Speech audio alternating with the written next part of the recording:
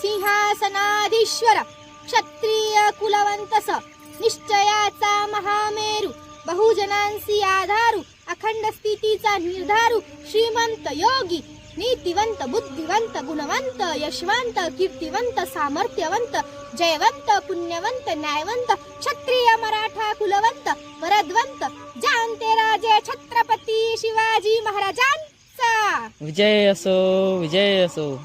मी भाविका मनीष बागले. गर्व आहे मला मी मराठा असल्याचा, गर्व आहे मला मी महाराष्ट्रात जन्माला आल्याचा. हो, मी मराठा आहे.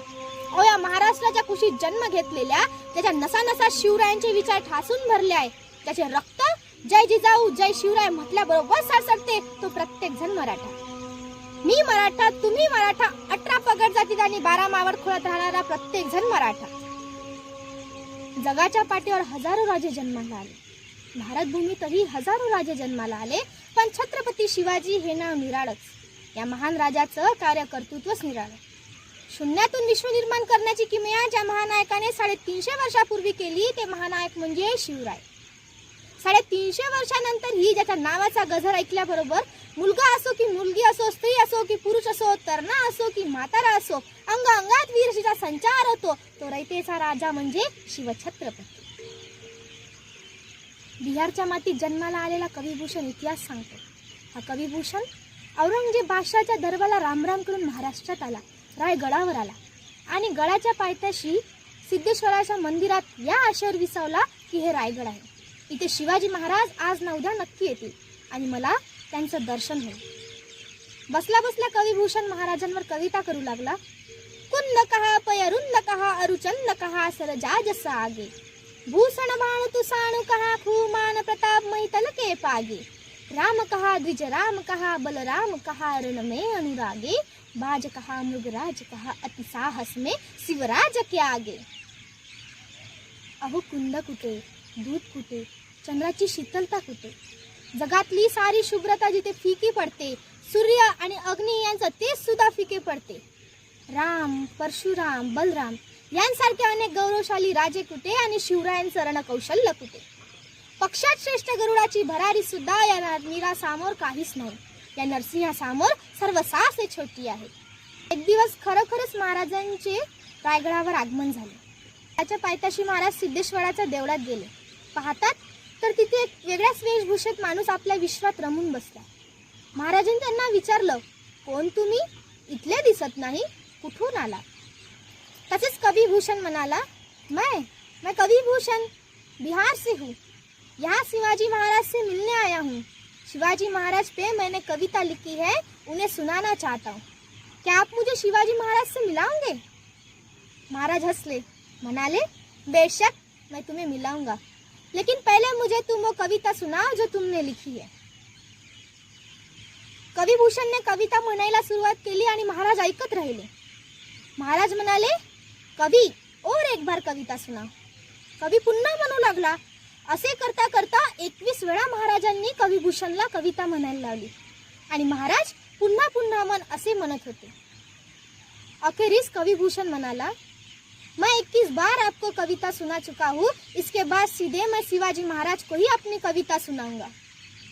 तसेच महाराज म्हणाले, कविभूषण मैं ही शिवाजी हूँ. मैं तुम्हारी कविता तुम्हें बार बार गाने लगा रहा था कि तुम्हारे हर कविता के बाद इस श्रेष्ठतम रचना के लिए तुम्हें एक गाँव इनाम दो.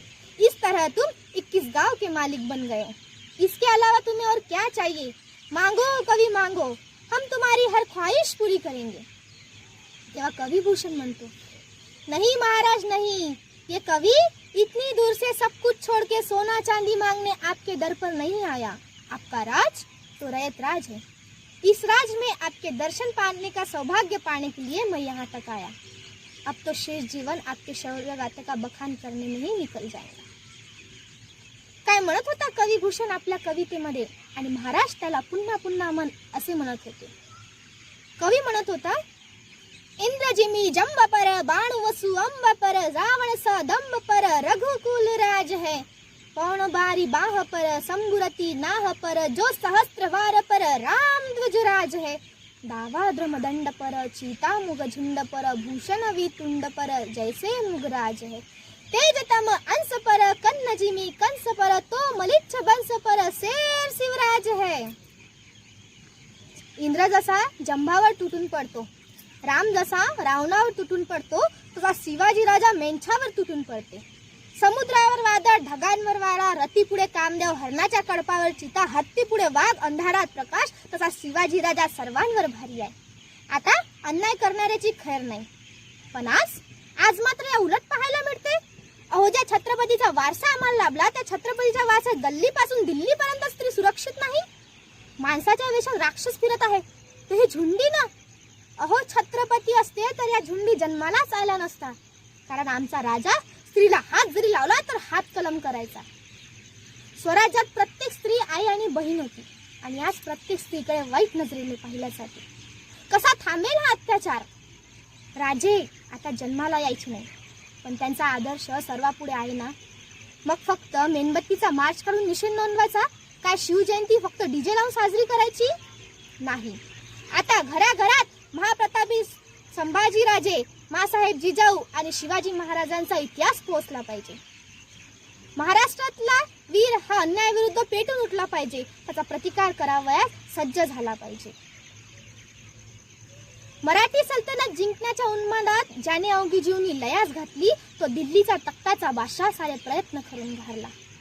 राजाच्या युक्तीपुढे त्याचा निभाव लागला नाही की राजाच्या दूरदृष्टीपुढे तो तग धरू शकला नाही.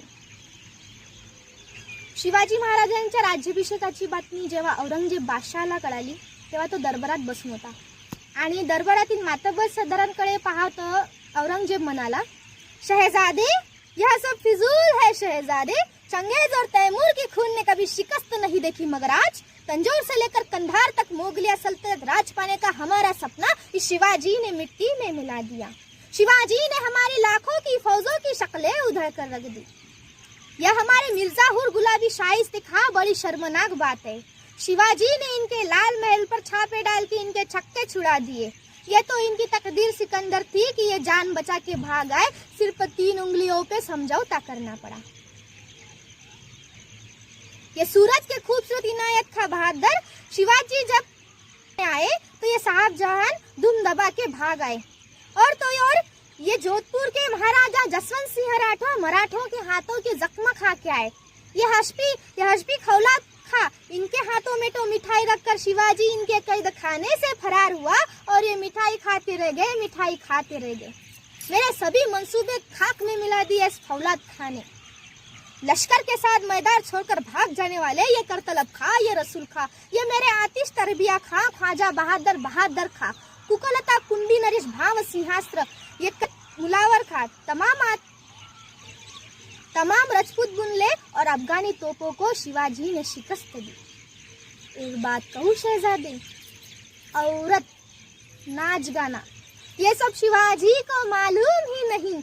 शिवाजी ने मजबूत किले बनाए और मजबूत जमीर के लोग बनाए. हिंदुस्तान के हर चीज को हम खरीद सकते हैं, लेकिन मराठों ने तो अपने आप को कभी बिकने ही नहीं दिया. हमने लाखों की जहागीरों की लालच दिखाई, लेकिन जाबाज मराठों ने उसे ठोकर मारी. मराठे रुकते नहीं, मराठे झुकते नहीं, मराठे बिकते नहीं. यह शिवाजी मगरूर है. जंग के मैदान में हमें धोखा देता है, मगर ये तो जंग का हिस्सा है.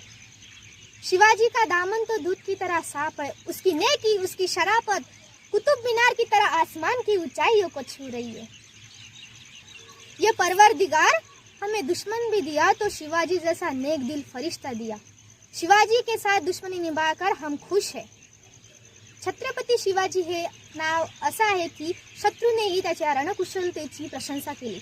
त्यांची युद्धनीती, त्यांची चारित्र्य, सैन्याला दिली जाणारी वागणूक, प्रत्येक गोष्टीची प्रशंसा केली.